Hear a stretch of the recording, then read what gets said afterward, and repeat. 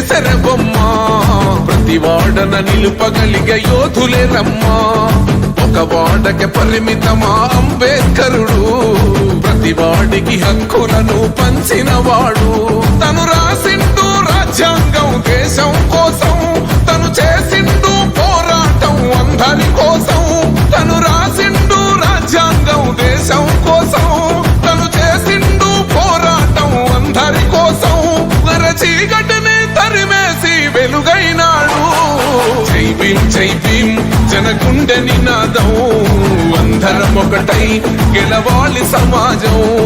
జై భీమ్ ఒక యుద్ధ నినాదం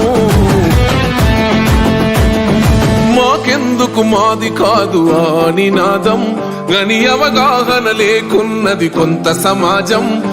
రాజ్యాంగం ప్రతిఫలాలు పొందుతూ జనం అది అంటే